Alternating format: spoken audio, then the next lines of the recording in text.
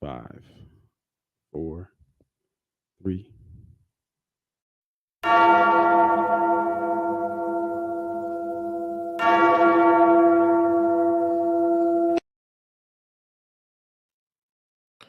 We are back, people. Long time coming. This is Prime Debate with Stats. I am your host, the Great Debater. I'm usually joined here by my co-host Prime, who's unable to attend, and in spiritual essence, our guy Stats. And we're brought to you by Crack Bell Productions. We have our guy behind the booth, Nate. Say what's up. What's going on, brother? So it's been about a year since we have started recording. I want to say this from the start. Thanks again, Nate, for allowing me to come back and do this. For sure. And also, we have a really interesting show since it's just me today. We're talking about legacies and GOAT status in sports, not just one particular sport, but in all sports. And what does that mean? We also have some predictions, or at least my predictions, of the Super Bowl that's coming up between the Eagles and the Chiefs. As you can see, my Bears have the number one overall pick. We also have some info about the show moving forward, trying to get back into the swing of things. Also, trying to get more content out there. As always, I said I was going to be back. I am back. It just took way longer than I intended to, but that's life. And then also I'm gonna share some moments about just memories of stats. You know what I mean? It's been almost 2 years. So we going talk about my guy. You know what I'm saying? And so without it, let's get into it. Like I said, Prime Debates with Stats. We're a water cooler talk show. We talk about talk podcasts. You know what I mean? We talk about anything and everything. I'm a sports guy. It's been a while, so I'm gonna talk some sports. I got a lot to say. A lot of things has happened. So LeBron James. Let's get into it. He passed Kareem for all scoring leader in NBA history. I knew a lot of people have, of course, watched it. If I'm not mistaken, ratings was out the roof, off the roof. You know what I mean when he did it. Tom Brady, considered the best quarterback that ever lived, just finally retired. So my thing with GOAT status is that it's all it's all opinionated, and it's all people objective and opinion. So my thing is that what qualifies the GOAT status? So what qualifies you even being in that conversation? There's been numerous of players in numerous of sports. Kobe Bryant, Michael Jordan. In football, it's usually people like Joe Montana and John Elway, Peyton Manning, yada yada yada. The list goes on and on. But my thing about it is we have to understand winning in sports is everything. You ask anybody who's played professionally or not professionally, or just somebody who played with in a local gym or wherever. Winning is everything when it comes to sports. So titles mean stuff. You know what I mean?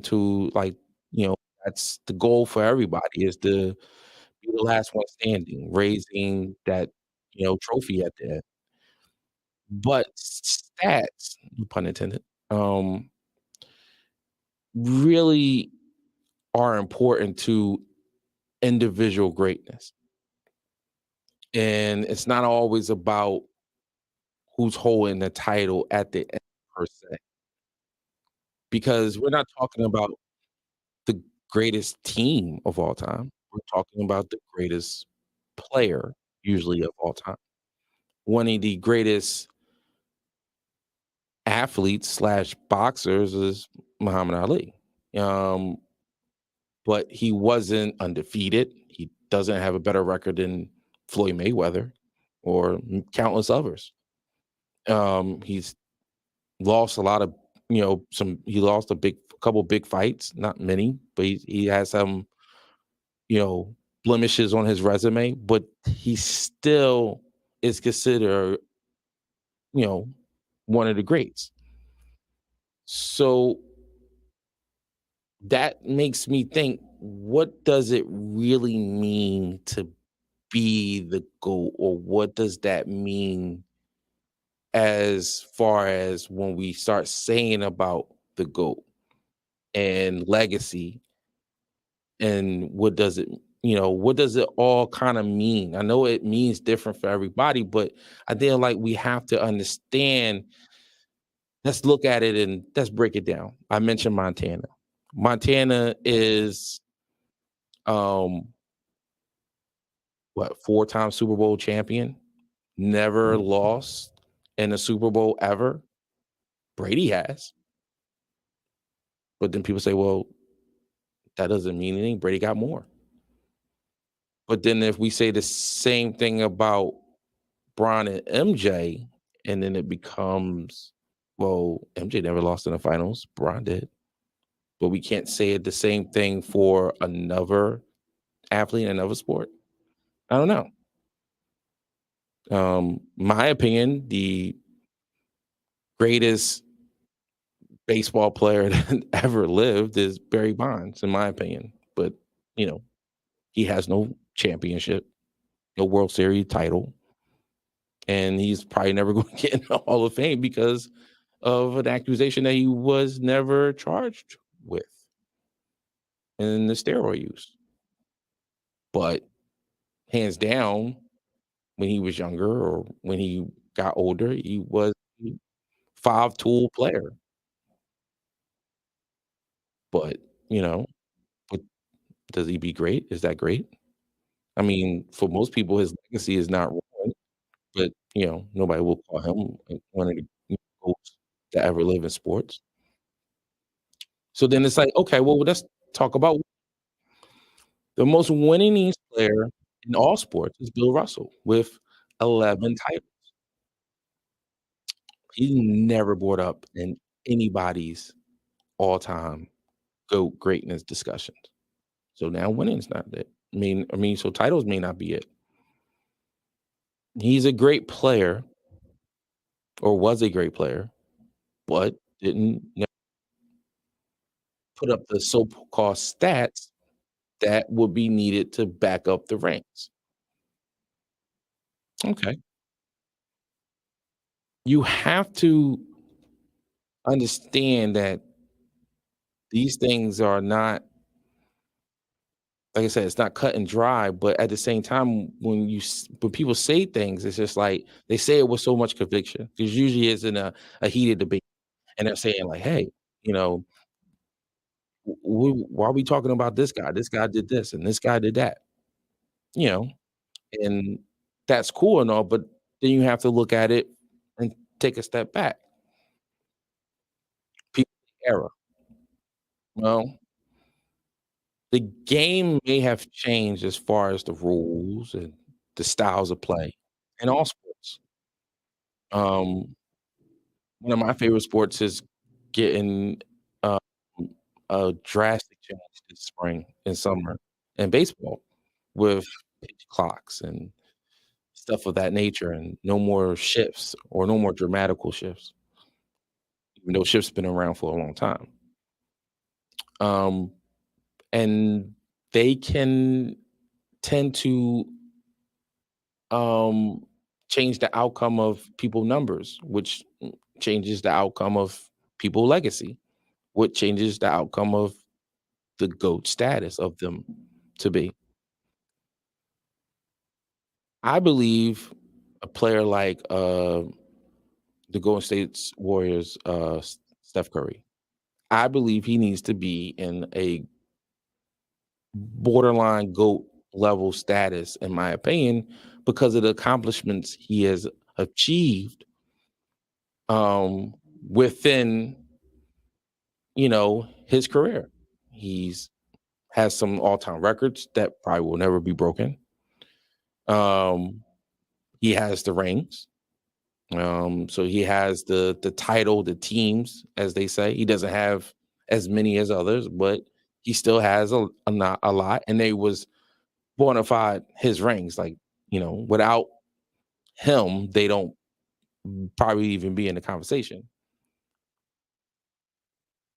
So players like him needs to get discussed more. Now they discuss him as a great player, but they don't discuss him as a GOAT level all time great player. But then another player in Durant, they will say he is, and he's above him.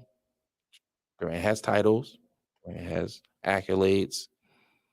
Um, he's done it for a long period of time. Um, I don't know if he has any all-time anything that will records that will never be broken. I don't think he has that in his resume. I could be wrong, but he's easily compared to the Currys, or considered better than the Currys, and at one point even the LeBron Jameses of the world and everything else. I don't understand that. Is it because he's good at it what he does, or is it because the way he does it? Because he looks unstoppable, or what is it? I don't know why he gets the accolades or the passes that other superstars or great players of his caliber don't get. Like, people say he's top 15 or top 10. It's like, oh, that's odd. I don't see that.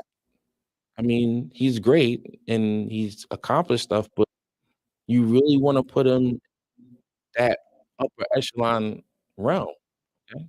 And that's fair. That's fair enough, I guess. You can tend to make that argument, I guess, but to me, it just doesn't seem like it makes any sense. And then I'll sound like a typical old head in this situation. If you go to team after team after team, and this goes for LeBron too, team after team to try to accomplish, a chance of you winning a title, which is nothing kind of wrong with that. But doesn't that sour the ability for you winning the chip? I mean, most people do it when they're old. That's the way it was. You play on your team for a while, and then after a while, when you get into that, tender, pe after prom year, you know, and you're getting close to those, you're about to retire, you're getting up there now. Doesn't that mean that you should, you know, get a chance to win a title? Yeah, that's true. Or put yourself in a better position to try to win a title? Sure, that's true. But why the chasing part to me is just weird. It's like these players seems like that they're trying to win to justify their legacy and their status. So they can say, I did this, I did that, I accomplished that. You can't say I did this, you can't say I didn't do that. And it's like, yeah, but did you really do it or did you not really do it? Like, where's the real commitment? Barkley always says that, you gotta be the man to make it your title. You gotta be the number one, the numero uno on the team. You can't be I think the word was he said you can't be a bus rider or something. It was some weird metaphor he used. It was funny. But I kinda agree with that to a certain extent, but it's like, don't give shit to, like, the Dame Lillards of the world or even Mike Trout. Man, I would love Mike Trout to just get out of, the Angels. I mean, goodness. I mean, he's a bona fide stud, and he's never smelled the playoffs. It's like, what? he could go down as considerably one of the greatest, if not the greatest baseball player of all time. And he's never sniffed the postseason. That's insane. You know, if this was any other sport, he would have been gone by now. He'd probably be on 2 different teams by now. But in baseball, it's a little different, not that much different because players do switch around in baseball as well, but it's not the same. And to credit him, he doesn't wanna leave. He wants to win where he's made his name at, and that's with the Angels, and that's respect, you know? People give shit to Bradley Beal in Washington because he wants to play in Washington. He literally said, "The grass may not be greener on the other side." So I said, "Okay, that's cool." But people's like, "What is Washington doing? Get rid of him and start over to get another 19-year-old person to, who doesn't know anything about basketball yet, but they expect him to be able to figure it out in like a year or two when he's 2021, but whatever. So if your legacy is built on you accomplishing wins and losses and titles, or is your legacy a combination of all three, or is it about stats and it's about numbers? I don't know where people will rank a player like, let's say, Tracy McGrady, because he was a bona fide stud. He went to playoffs. He took his team to playoffs, as being the alpha, as they say, or the bus driver, as Barkley would say. But he's also lost in around almost every playoff series he's been in. Some not his fault, but because you're the star of the team, it is your fault. Um, but the talent is no doubt his talent was really, really good. He was a big time scorer. He could do many different things on a basketball court, pass, rebounding. He could defend, so he wasn't just like someone like a bum or anything. If I'm not mistaken, he's a Hall of Famer. If he's not, he will be a Hall of Famer. I believe he is. So, why is he not considered more of a higher ranking on the all-time list? And why his legacy is not considered GOAT statusness compared to other players? Is it because he never played with a Shaquille O'Neal? Is it because he's never played with a Steph Curry or Chris Bosh or Dwayne Wade, Anthony Davis, Moses Malone, Kareem Abdul-Jabbar? You know what I mean? Like Kevin McHale, Joe Dumars, Isaiah Thomas. I can name as many players as that's on this list because he didn't play with those players. That's the reason why he can't be on these. Like he can't be higher. And look, I'm not saying this because I feel like that Tracy should be. I'm just saying this because I'm putting it out there. What does it mean for him not to be? He's accomplished a lot. You know what I mean? Now, I also agree that he does not probably have no all-time record that will probably never be broken. But this is the reason why I believe that Wilt is the greatest basketball player of all time, in my personal opinion, because every time you turn on any TV, his picture pops up on the list as a player that has set some record or did something so many times that nobody else has done it. And it's like, how's this guy not? He has rings, not as many as, of course, Bill Russell or others, but he still is a star. Football wise is not that I won't say not that different, but it's always just driven to the quarterback. I mean, when people have the running back to Barry and Emmett, it's all about who you think was better and all about styles, not so much about numbers. Barry was incredible. The way he did it, his offensive line was nowhere near as good as Emmett's and everything else. Barry hated running out of a two-back set, though. So how good Barry would have been in running in a two-back set lineman in in Dallas. Barry couldn't have been doing all that juke cut back and reverse running shit. Not in Dallas. It'd have been you see the hole, you hit the hole. and you run through that person. So, you can't just say, "Hey, this guy would have been different in his system." Who knows? I think Barry's great, but I'm not gonna slouch on Emmett. Emmett was a problem. He was a real deal, you know, but they don't talk about the rings and the championship because if that was a debate, then it's clearly Emmett. Emmett has what, 3 titles? Maybe 3. Yeah, he has 3 titles. Mhm. So, 3 titles plus the all-time rushing record? Come on, man. How's it a debate? But yet people will still debate because, Barry was electric and Barry didn't have nobody around him. Okay, that's cool. Well, let's look at it this way then. Let's think of another player and maybe in another sport. Let's say Allen Iverson, Kobe Bryant. That debate was up a lot. Allen don't got no chips. If Allen has 1 chip, maybe that conversation is different, but maybe it's not. Maybe still people say, no, Kobe was the better player. Okay, that's cool. They both was great scorers. They both accomplished a lot of things in their careers. The difference is one has what, 4, 5 chips or 6 chips? 5 5. chips. And the other one has 0. Um,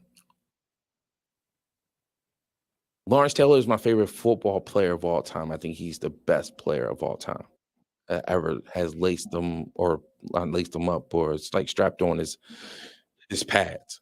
He's mine. But nobody will really probably bring him up because he's not a quarterback.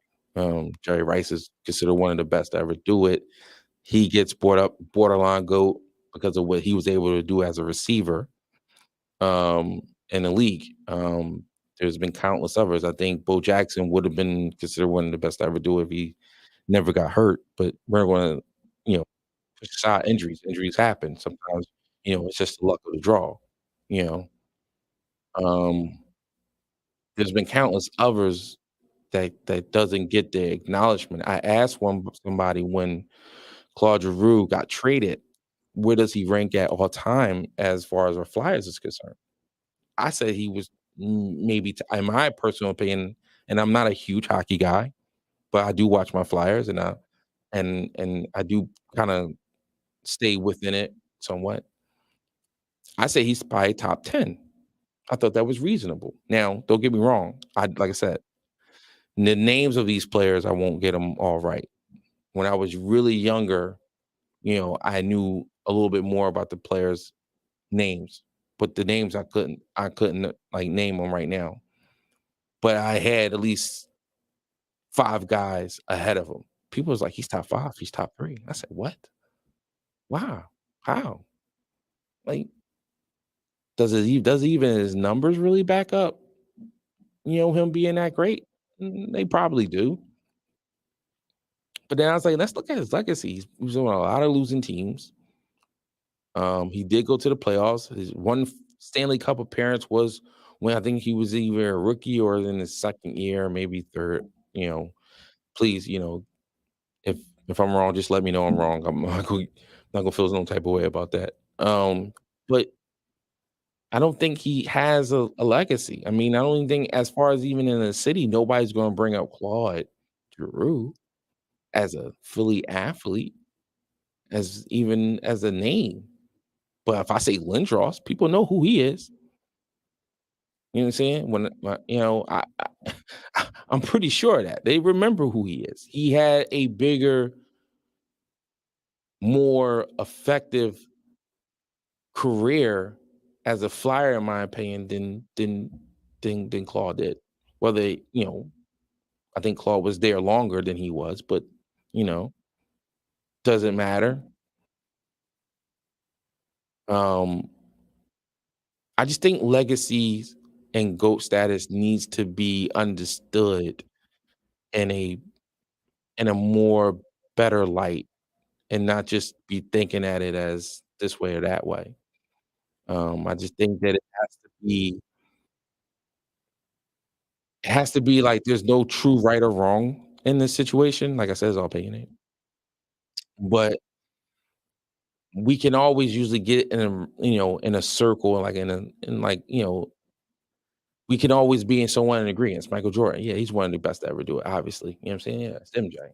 You know, he's electric. I mean, he did it in so many ways. Nobody's gonna be able to do it like he did it. Like I said, Muhammad Ali, very same thing. You know, I'm going to still say Barry Bonds because I don't care. I watched him when he was in Pittsburgh, which people don't even remember why he was in Pittsburgh. He was a problem then, and when he went to San Fran, he was a problem afterwards. You know what I'm saying? So he was just a really good player, and he did it in multiple different ways that people probably don't remember or don't even care because they feel like he's attached to steroids. But it is what it is. I just feel like that the GOAT status has to be challenged more than just the who's better, Bron or Michael, or who's better, Brady or Montana. And I think it has to be a little bit. You got to expand it out a little bit more. That's just my opinion of it, but that's what I feel like it has to be. And then legacy, I feel like you have to have a captivating legacy to even put yourself in the beginning to be a GOAT. So you can't just say, "I had this great career, I'm considered one of the best." No, you have to be there's levels to everything, right? So, you have to be you're a good player, then you go to an all-star caliber player, then you go to, like, an all-pro, I mean, yeah, like, a all not all-pro, but, like, a all whatever team player, whether it's NBA, whatever, you know what I mean? And then you go to another level, which is, now you're into, like, that MVP caliber level, and then you go to from there, and then you get to, you're a Hall of Famer caliber level, and then you get to, now you're in that GOAT status then, and your legacy should be impactful. When AI played, they called him the best small player of all time, or they was like, he's the, toughest little man ever. I mean, they was just trying to figure out a way to say his legacy is great, or his talk about his greatness without saying he's great. Like, he's great, but just for this person in this category. There's nobody his body type, size, I mean, in diameters that could ever do what he do. But yeah, of course not. There will be never nobody like Kevin Durant. He's like 7 foot. I mean, he's a stick, but he's like 7 foot with a wingspan. Nobody's gonna ever block his shot. Are you serious? Like, nobody's gonna block his shot. He's too tall. In a nutshell, he's too tall. You know what I'm saying? He's too tall, and he's gonna always be able to get a shot. All you doing is hoping that he's just off. That's it. He's never gonna have a bad look, no matter who's guarding him, because nobody's as tall as him. And then when he rises up, nobody still is as tall as him. So yeah, this is just, you know, but of course nobody gonna say Kevin Durant is the greatest 7-foot jump shooter of all time. Just he's the greatest 7-foot jump shooter. Like the jump shooter for a 7-footer, he's greatest of all time. Like, I don't know. Chris Paul, Patrick Ewing, Karl Malone, John Stockton, Charles Barkley, and I have others, but I'm not gonna name them because I didn't write those down. I wrote those. Those players are great Hall of Fame players. Their legacy is, if I'm not mistaken, recognizable. If I go to New York and I talk Knicks and I say Ewing, they'll say, right. If I go to, of course, Philadelphia or Phoenix and say Charles Barkley, right? They know about Charles Barkley. CP is a little different. He's been around a little bit, but they know who he is. The State Farm guy. Yeah, I know who he is.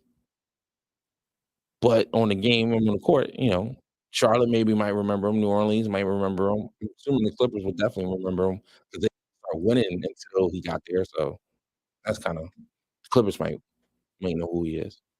Like they know his legacy. They'll talk about him. Karl Malone, he is Utah. John Stockton, he is Utah. Um, those players' legacies are without a doubt etched in stone. But at the same time, they don't have a championship, so their GOAT status is null and void. People don't understand that Karl Malone was, at one point, um, 2nd in all time in scoring. Yep. So they're just gonna wash away like it didn't matter. But, if you're talking to somebody, especially in Phoenix or Philly, Karl Malone wasn't better than Charles Barkley. Barkley was way better. Yeah, maybe. Barkley wasn't all 2nd all time in scoring when he retired. I know that much. Josh Stockton led the league in assists and steals when he retired. Didn't know that.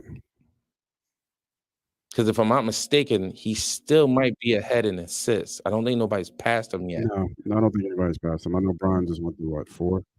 I think Mark Jackson was the closest. I think Mark got him in either steals or assists. I'll tell you in a second.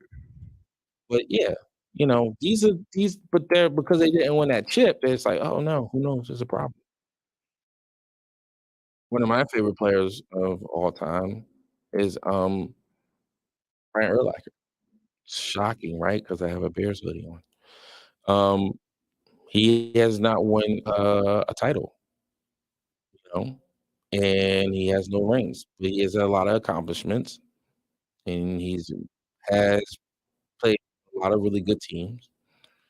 Not as enough good teams in my opinion, enough. And, he's considered not as good as a Ray Lewis, but, Ray had 2 rings, and he was a great player. So if it's the other way around, if Urlacher has 2 rings and Ray doesn't, is Ray still considered, the greatest linebacker or one of the greatest linebackers ever? Maybe they say it's Urlacher. Maybe it's Urlacher who's down the greatest, you know?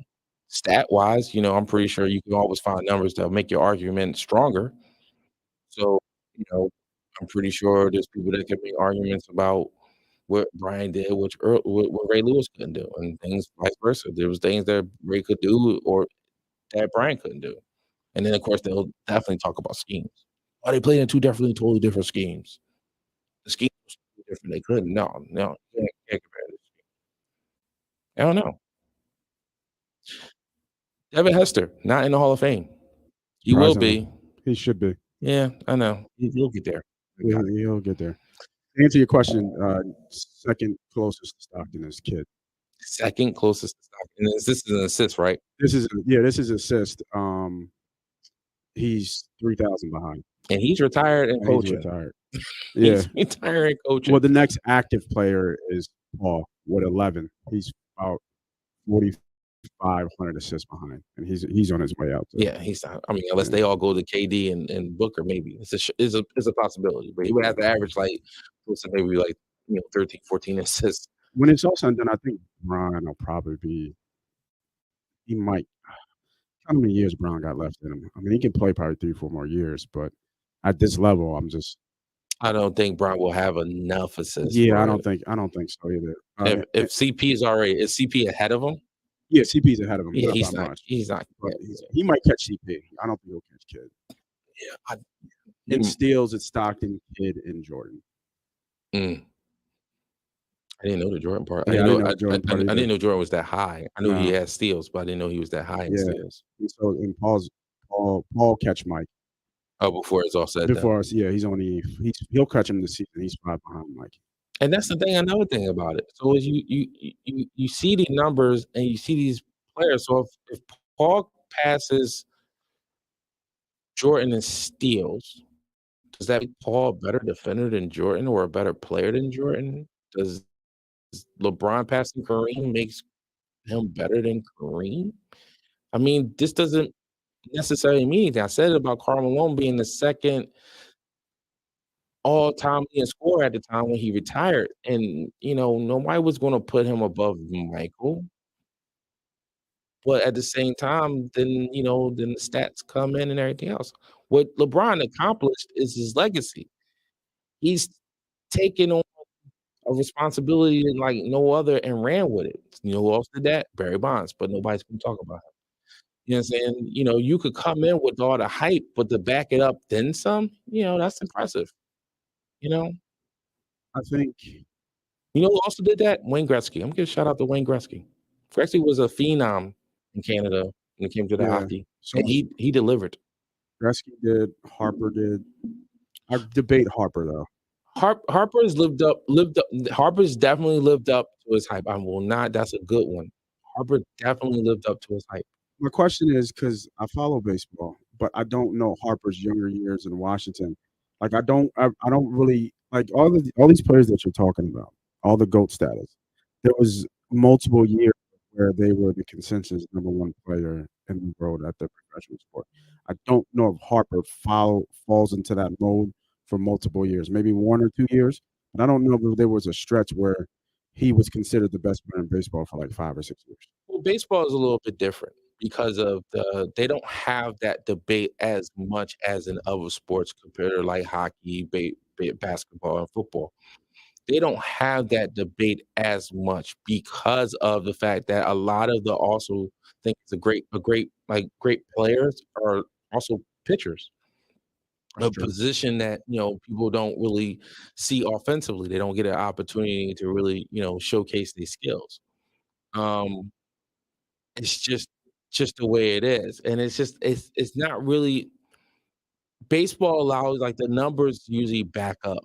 Like, baseball was a hard ass sport to play with in the first place, so the numbers usually back up. If you're a 250 hitter, and then all of a sudden you hit 300, close to 300 1 year, but then the rest of your career, you hit back to, like, 250. You wasn't a 300 hitter, you just was a 250 hitter that just had a good year 1 year, and that was it. The numbers usually pan out to show you the real truth of a player. You know, you know, you subtract the injuries because you can't really speak on that because injuries are injuries, it's just part of the sport. But yeah, baseball is a little bit like it's a little bit harder. Harper younger years, and this was what I was impressed with, is his power increase. It's really rare for a player to come in and build power, in my opinion. You either have it when you pretty much, get to the majors or you don't. You can add a little bit more pop because as you naturally can gain muscle, but at the same time, you just don't have that natural ability. Like he can go oppo like he's Kyle Schwarber, but he's not built like Kyle Schwarber. Mhm. And when he came in, he was a speed guy. He was a defensive guy. He had enough pop to get, doubles and hit him in the gaps and yada, yada, yada. But he wasn't a guy that was going to crush 40 home runs or 30 plus home runs. He was a guy that was probably going to get you 30 home runs on a really good year and probably consistently every year get you anywhere between 20 and 25 home runs. But then he was able to expand his game and get even better, which is to me is impressive. And yeah, he's a good name for a guy that really steps up into that like, his legacy is supplanted. He took it from when he was 19. I'll never forget when I saw him. I was like, "Who's this kid Washington guy?" And I was like, he just, he looks like a guy that, he hustles and he plays baseball, and, the writers and the media likes it. He gets dirty. He slides around and he gets, dirt on his jersey. But over the years, I just kept on seeing him improve and improve and improve and kept on putting up numbers. And more importantly, he was showing clutch factor, which is not always easy to do, So yeah, he's definitely a good to put up in there. But the baseball debate as far as who's the greatest of all time, it varies. People always it's usually like Babe Ruth, Willie Mays, or I think Uh, Hank gets a lot of love in there too, right? Hank gets love too, but usually everybody agrees it's Willie. But that's why I give it to Bonds because it's like I'm okay with Bonds. everybody knew who Bonds was. Like Bonds, he was pretty much born at a baseball field. It was his Mhm. dad and then his godfather and Willie.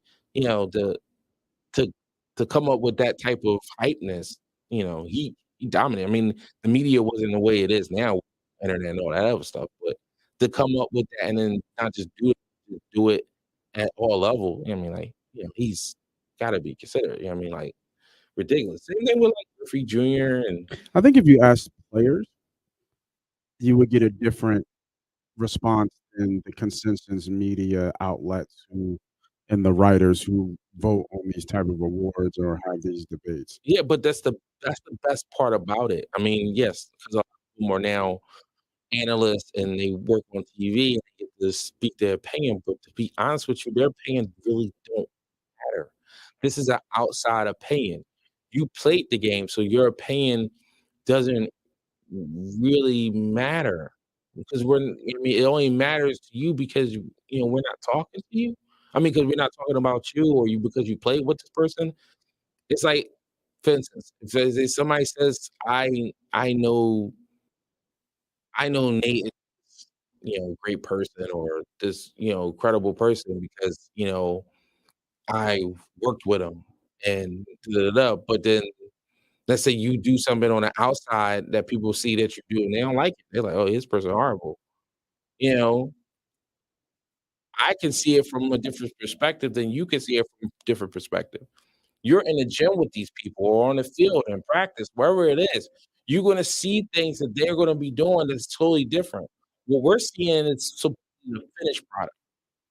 That's what we're seeing. So don't tell me what you saw and what you think you saw and what makes this player great, what make this player better than that player and everything else. I don't care about that. And then more importantly, it's a mutual respect thing. I mutually respect this guy. So I'm not gonna deny saying like this person is really bad. Not especially now on public TV now. Now when they get into the room when it's just nothing them like a banquet or something, the shit talking probably really gets going. And it gets going real good. I mean, you sometimes see it on with Kenny and Shaq and Barkley. They get into it. They know how to get into one another. You know what I mean? And everybody, of course, after the last dance, everybody knew how much of a dick Michael is. You know what I'm saying? So, it's not as easy or as cut and dry. So in my opinion, when players they're gonna say what they're gonna say, that's cool. And most of the time they're not even gonna toot their own horn. You know what I mean? They're not gonna toot their own horn and say, "Yo, this person is better than me." Nobody says no shit like that. Nobody really says anything like that. They'll just say this player was a really great player, and that's it. I haven't even brought up Giannis. You know what I mean? People love this guy. His legacy is ridiculous, but he will consider probably a top 10 all-time NBA player? Probably not, which is like, why not? He won a chip. He's won multiple MVPs. Don't know if he's gonna have an all-time record at some point by the time he retires. He might, you know what I'm saying? And, you know, what's wrong with that? Now, like I said, those guys are young, so, it doesn't really kinda matter.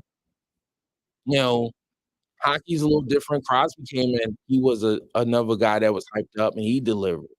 It took him a while, but he delivered. Ovechkin's been the man for as long as Crosby's been a man.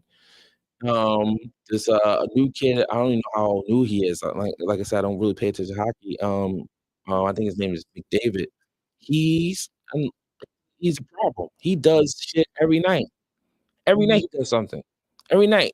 My phone pops up and I'm like, "Oh, what did he do now?" He's electric, and it's like he doesn't probably win, like, 1,000,000 titles or whatever. I think teams that win are still usually, like, the teams that can afford the best players and, that's a little different for me, so I'm not gonna really try to really talk about the championship, although Tampa did buy they chip, which is okay. You can buy your chip. I'm about to say Everybody it's okay. it's okay They to got buy. one. Yeah, you can buy your chip. The Rams did too. I mean, the Rams did too, and that's I wanted to talk about with Brady for a second, about his GOAT status and his Super Bowls. So the first three, everybody was agreed to that he really wasn't as big of a part of it. He was more of a what they would consider a game, which I don't think that's I don't understand why it's a bad word. And then the his next four rings, he won. The Atlanta one, he probably shouldn't have won. The Seattle one, he definitely shouldn't have won. It was a great play by a great player, but a lot of people will admit, just give the ball to fucking Marshawn, they would have got Facts. it. So and then the Kansas City one against the Chiefs, They just beat him. did he really do anything? He did, I'm assuming, a good game if I look at the numbers, but that defense was just harassing the shit out of Mahomes all game. Yeah. So it's like, for instance, this Super Bowl between the Chiefs and to the Eagles, which is a great, little segue. Um, this is real simple. If the Eagles, in my opinion, can stop the fucking Chiefs offense, which is not as explosive, and that's the thing people gotta understand. It's not that explosive, burn you type offense anymore. It's it's a meticulous type of offense. It will get those 10, 12 play drives going and then burn you with a touchdown. If the Eagles can't stop that, they're gonna lose, or they're gonna have a hard time winning. I'm not gonna say there's a guarantee gonna be a loss, but I'm just gonna say it's gonna be a hard time winning because the Eagles' defense is the key to the game. I like Jalen Hurts. I like the when y'all grabbed him. I like Smith. I thought he was the best receiver in his class. Mhm. I like AJ Brown. I think he's a talented receiver too. I like Barkley. I like Barkley. He's Penn State. Yeah, But I I think you're right though. I don't what he's saying that is like this. Score points. They'll get about 17 to 20 points every game because of their weapons and because of their scheme and because they're talented. They have a really good offensive line. Everybody knows about the offense. They win their games basically because of their defense, though. When their defense can really do some shit and get stops, not so much the flashy plays like the interceptions or the sacks, which is impressive, but just when they can get guys off the field You talking about and the Eagles? yeah, and Okay. get that offense back on the field and get the ball so they can do their thing, which is they like to control the ball and then hit you with some big plays downfield, which is great. If they can do that, they can look at their losses. Their losses are teams that they could not stop, whether it was because they couldn't stop the running game or they couldn't stop the passing game or whatever the situation was. The when their defense struggles, their games can be a little bit more challenging. What happens is that whoever they're playing, and people will say, "Well, they didn't really play against anybody this year." They had a decent schedule, but you can't blame them for that. They did what they were supposed to do. You should Facts. give them the respect that they deserve because they did what they were supposed to do. Nobody's not giving shit to Tom Brady for all the shit position, and they was always going to have the number one seed. So don't give shit to the Eagles for the same thing. The disrespect is at an all-time high, bro. All-time high. Well, the thing is not the disrespect as far as the Eagles is what can Hurts do. You win against the Giants, and the Giants was a decent team. But they couldn't stop your offense, especially if their offense wasn't going to do anything as far as against your defense. And they wasn't. You know what I mean? It wasn't like it was a blowout. It was a close game early in the game, and then they got tired. And that's what happens against a good offense, and your teams get tired. It's going to be a problem. And that's what happened. And against the Niners, they lost all their goddamn quarterbacks. It was nothing to do. They lost all their goddamn quarterbacks, and there was nothing they can do. Oh, well, I mean, it's not the Part of the Eagles' game. fault. Yeah, it's not the Eagles' fault. That's their fault. What do The you want to Niners do? were lucky to be there anyway. They were on their third quarterback. Yeah, they was on their third quarterback. That's shout out to their defense and then their offensive scheme and their Yep. weapons that they have on their team, you gotta give them credit for what they was able to accomplish. You that type of stuff. That's just the way it is. And then I'm be honest with you, the Chiefs need to be able to move the ball. And more importantly, defensively, the Chiefs have to understand that when the Eagles decide to throw the ball or the Eagles don't want to throw. They want to throw a little bit like big bomb plays, open plays, like when they design their plays to get somebody wide open or get a one-on-one that they like. If the Chiefs can match up with that, the Chiefs need to make Hurts have a 300-yard game. He needs to be the MVP of the game. If they can do that and the offense can move the ball and move the ball precisely and decently against your defense, it should be an entertaining game. It favor out. But to me, like I said, it comes down to that side of the ball. Your defense versus their offense. Because to me, your offense and their defense to me is like a push. You know what I'm saying? It's good. It's not great, but it's good. It can look great at times, but it's not. You know what I'm saying? If that defense plays like it's supposed to, or like everybody assumes it's going to, it's going to be a problem. Because the way the Chiefs look at it is like, yeah, we just lost our last time we went to the Super Bowl because we couldn't stop the pass rush. And the fucking Bucks was able to just run through us, and my quarterback was having to run all day to find something. But that to me is the way I look at it, and I do believe, for me personally, I do give the edge to the Birds as far as who I feel like is going to win. But it's a slim edge because I don't know how many weapons is going to be available. Because I'm gonna be honest with you, if none of their receivers for the Chiefs ain't there, this is going to be a blowout, and it'll be over by halftime. And if it's not, it should be, and that's a problem. If it's not a blowout, if Juju Smith and Tony's not on the field for the Chiefs, and it's just Kelsey and a bunch of no names or a bunch of running backs. Oh no, this game should be over at halftime, and it doesn't have to be like a ridiculous score. It got to be like 21-3 or some shit at halftime. It should be because if it's not, then that's a problem. That means that whatever they're doing scheme wise, y'all not on the same page, and y'all can't keep up with them if they still moving the ball on y'all with those guys on the field. Something ain't right. Something must have happened. Mhm. You know what I mean? But that's just mine. I got the score anywhere between like 24-21 or maybe like 24. I'll say 20. Like I'll say like 21. I say 21, like 21-30 Eagles right now. Mhm. Because I like us. One thing I do like about y'all when y'all know how to close the game out. I give y'all that. When y'all get the lead and y'all need that drive to fucking put a nail in them, y'all do that really good. I give y'all I credit for agree. that. I give y'all a lot of credit for that. Y'all even whether it's the play calling or whoever, y'all execute really well. When y'all need that play to really, whether it's defensively or offensively, y'all usually come up big and make that play and knows how to like, okay, this is over with. Especially when y'all even not so much when y'all need it, but when it's expected. Like y'all need this drive.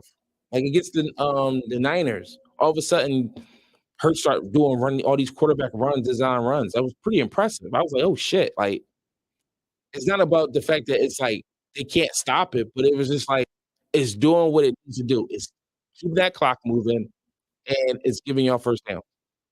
And that's what y'all need. Because if you drop back the pass, even if y'all doing like simple passes, they can get tipped, they can, fall incomplete. He can get sacks. Something silly could shit happen. And the next thing you know, that gives momentum to your opponent, and now they're going on the other side of the ball, and then maybe they get a touchdown, and it's just the whole like the whole game. Mhm. But I like that. I like that. But I'm giving y'all the edge slightly. I know Patty's out there. I think he's really good. I just don't. I feel like that Spags is going to blitz at some point. Because that's what he does. He's always going to blitz. And when he does, two things is going to happen. How well does Hurt handle it? And how well those young corners is going to be able to handle the receivers. If they feel comfortable enough that they can hang with y'all. Those receivers one on one, Spags is going to dial out some blitzes and just going to make sure Hurts have to beat them. Like they really have to beat them. Not even like a little bit. But yeah, that's my Super Bowl prediction. And everything else. How much time we got left, man? Probably about 10 minutes. All right. So I wanted to talk about it's almost been 2 years since we did this podcast, and I want to talk about my guy's stats. Um for those who don't know about it's been about maybe almost a year. I think. Maybe probably, it feels like it's longer. I don't know why. But um he passed away, and we you know, it's funny when it was me and him on the first show. We sat down, and the first thing I remember when we got down and we sat down, we got on the mics, we started talking. And that episode, by the way, is also on our YouTube channel. Um, and he was worrying about how I sound on the mic, and Mhm. I never really talked on a microphone before, so I didn't know how I sound. He was like, "Your voice is so deep. Why your voice change? Why you change your voice?" And I'm like, "I don't know if I changed my voice or not, but at the same time, I was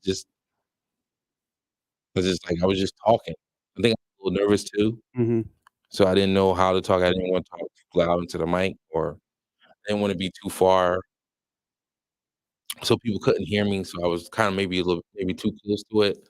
Mhm. I don't know, but yeah, we had a ball doing that, and the name of the show is pretty much his idea. He came up with it. Um, and he added his name Stats because we used to talk stats all the time about sports and stuff, and he was quick to give me numbers about everything. That's what, millennials do. Mhm. And he was he was he was just really, really, really, really funny, and just like I remember that show, just think to myself like, holy shit, this might actually be really, really good. And I do this, and I don't know if anybody knows this. I don't do this for like to try to make this podcast big, like any kind of thing like that. I do this because I enjoy. It's fun. Mhm. I enjoy doing it, especially when I'm with my friends, and I get to share stuff with people and hear ideas. The few interviews that we did, they were fun. I'm learning some stuff, and it's just something that I enjoy doing. I didn't know I was gonna enjoy doing this as much as I did when people telling me to do this, and Stats wasn't even supposed to be part of it. He just saw us walking in the hallway one day and was just like, "What y'all talking about?" And I was like, "We talking about our podcast that we're about to do." He's like, "I wanna be part of it. I wanna be in." And I'm like, "Sure." And we was like, "We thinking about the name right now."